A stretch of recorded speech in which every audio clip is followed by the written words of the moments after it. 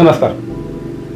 ब्रह्मांड ज्ञान प्रवाह, रहस्य, ज्ञान, विज्ञान व अध्यात्म या आपल्या यूट्यूब चॅनलमध्ये आपल्या सगळ्यांचे स्वागत. उद्या दिनांक 28 जुलै 2025 पहिला श्रावणी सोमवार. शिवमूठ आहे तांदूळ.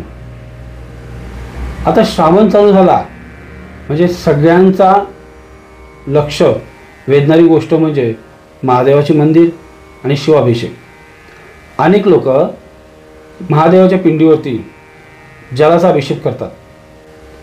या जलाभिषेकामध्ये फक्त पाणी वाहू नये याचं कारण असं की पाण्याच्या आघाताने पाषाणालाही भेगा पडतात. तर एखादा पाषाण, एखादी मूर्ती किंवा पाषाणाची मूर्ती ही जर आपल्याला दीर्घकाळ टिकवायची असेल तर तिला दुग्धजन्य पदार्थ त्याने अभिषेक करावा.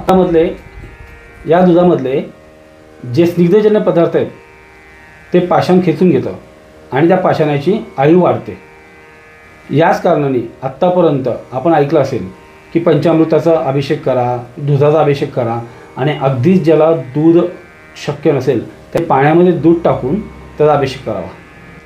आता दुसरा महत्त्वाचा प्रश्न म्हणजे अनेक लोकांची विचारणा होते की अभिषेक हा कोणत्या प्रकारच्या शिवपिंडीवर करावा. उदाहरणार्थ पाषाणाची, पाऱ्याची, स्फटिकाची की अन्य कोणती. आता ह्यामध्ये सगळ्यात महत्त्वाची गोष्ट अशी की शास्त्रामध्ये त्याला अभिषेक करावाचा असेल तर तो वालुकाश्म शिवपिंडीवरती अभिषेक करावा.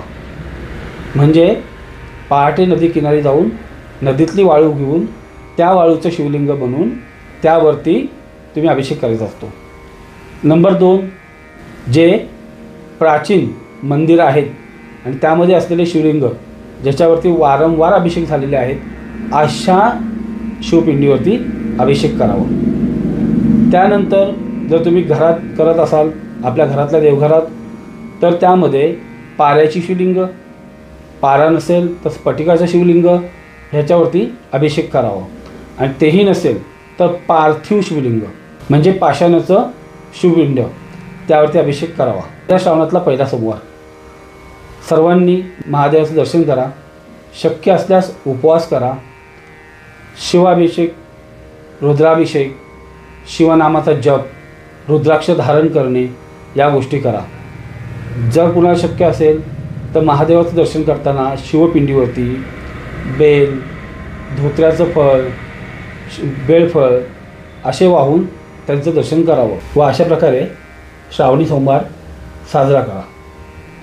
ओम नमः शिवाय. ओम नमः श्रीकृष्णाय.